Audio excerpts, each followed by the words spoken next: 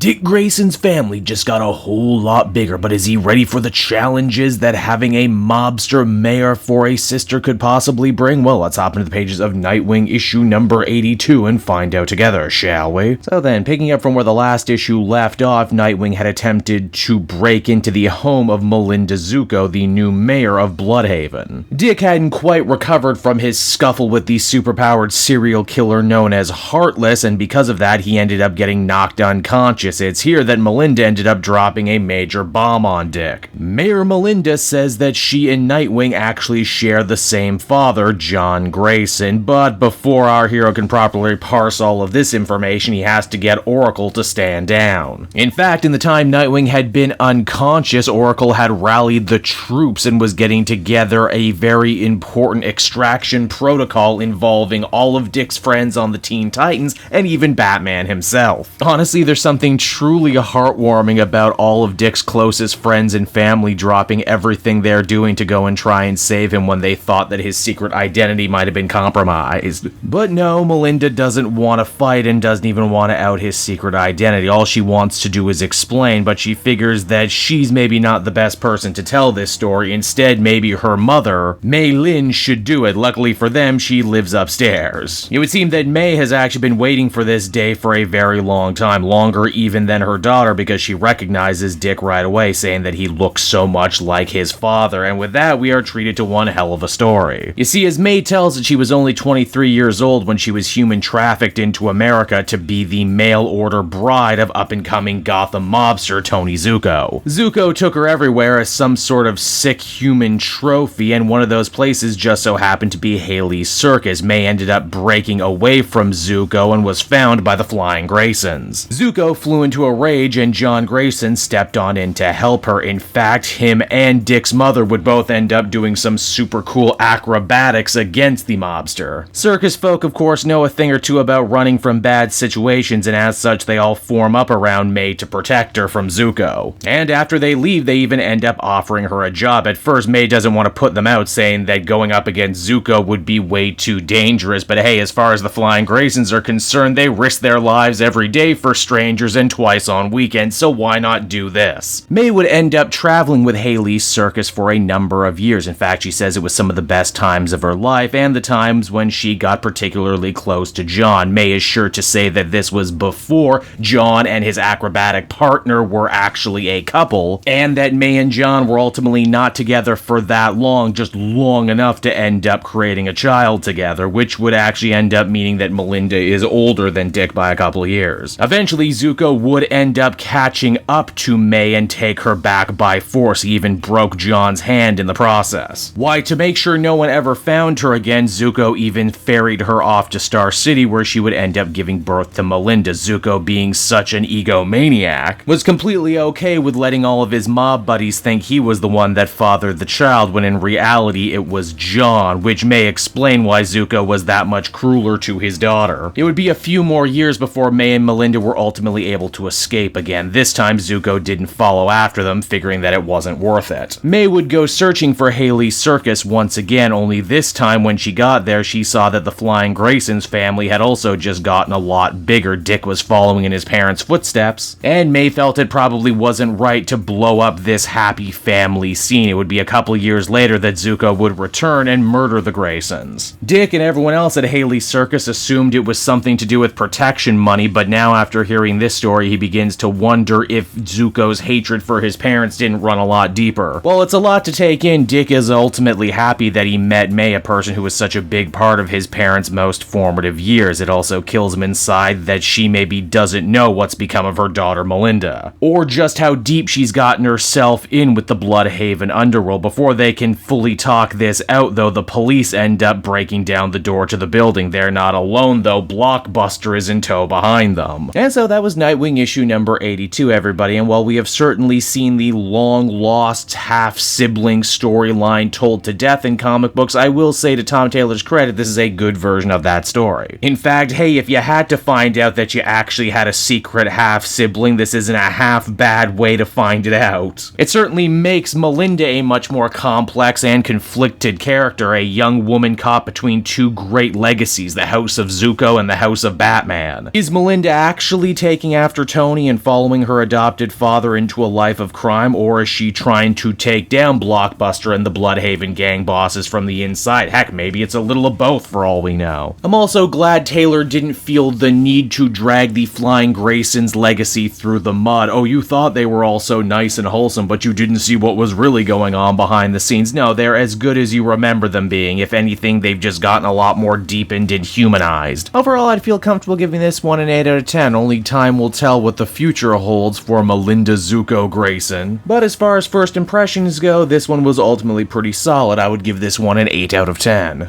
Hey there everyone, it's your old pal Cave Jewel, and if you're seeing me right now, that means you watched to the end of the video, which I am very appreciative of. It really helps drive engagement and retention and all that other good YouTube stuff. So does liking and commenting. Wink wink. If you like my content too, you should check out my Patreon page. We just redid all the tiers, so there's a ton of great rewards. You can become a patron for as little as $1 a month, and well, it would just really help me out. It's never expected, but always appreciated. So until next time everyone, I've been Cape Joel, and I will see you next time. Bye-bye.